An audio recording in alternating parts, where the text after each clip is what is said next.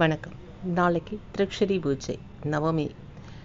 பகவான் குருபாபாவுக்கு சித்திரமூல குகையில் தேவி மூகாம்பிகையின் நேரடி தரிசனம் கிடைத்ததிலிருந்து மிகவும் ரகசியமாக ஸ்ரீ மூகாம்பிகையின் மூலஸ்வரூபமான திரிக்ஷரி பூஜை இடையராது நடத்தப்பட்டு வந்தது. 1993 ஆண்டு திருப்ரையார் அருகில் உள்ள வாடானப்பள்ளி கணேசமங்கலத்தில் ஆசிரமம் நிறுவப்பட்டதன் மூலம் பக்தர்களும் கலந்து கொள்ளும் வகையில் திரிக்ஷரி பூஜை வெளிப்படையாக நடைமுறைப்படுத்தப்பட்டது. ஆதிபராசக்தியான தேவி மூகாம்பிகையை 3 வெவ்வேறு சக்திகளாகிய துர்கா, சரஸ்வதி, லக்ஷ்மி ஆகியவற்றை ஒரே வடிவமாக ஒருங்கிணைத்து வழிபடும் போது முறையாக உபாசனை செய்தால் அடைய முடியாதது எதுவும் இல்லை.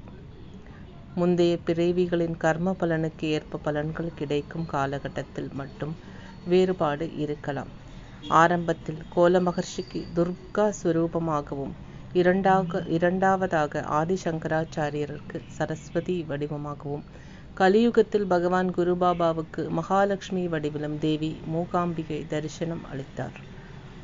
கோல மகர்ஷிக்கும் ஆதிசங்கராச்சாரியருக்கும் தேவி மூகாம்பிகை மூல மந்திர உபதேசம் வழங்கவில்லை.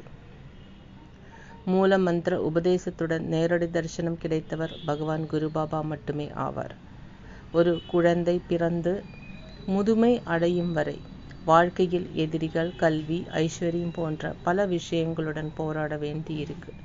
பிறந்தது முதல் இறக்கும் வரை எதிரிகளை வென்று தேவையான அளவு கல்வியை பெற்று அழியாத செல்வத்தை சம்பாதிக்க வேண்டும் என்றும் அந்த செல்வத்தை தலைமுறையாக முறையாக தானம் செய்து கொண்டிருந்தால் அது நிலைத்திருக்கும்.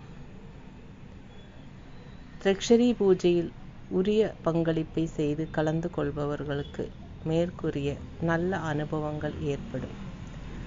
கடுமையான பொருளாதார நெருக்கடியில் இருப்பவர்களுக்கு தங்களுடைய பொருளாதார கடமைகள் முடியும் வரை உரிமையுடன் இலவசமாக இந்த பங்களிப்பை செலுத்தாமல் திரிக்ஷரி பூஜையில் கலந்து கொள்ளும் வாய்ப்பு உள்ளது.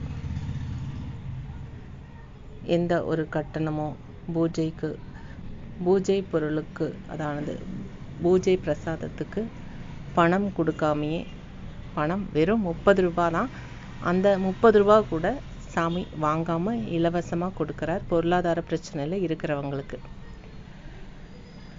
முடிந்தவர்கள் நாளைக்கு விரதம் இருந்து தேவி மூகாம்பிகை பிரார்த்தனை செய்யுங்கள், நல்லதே நடக்கும்.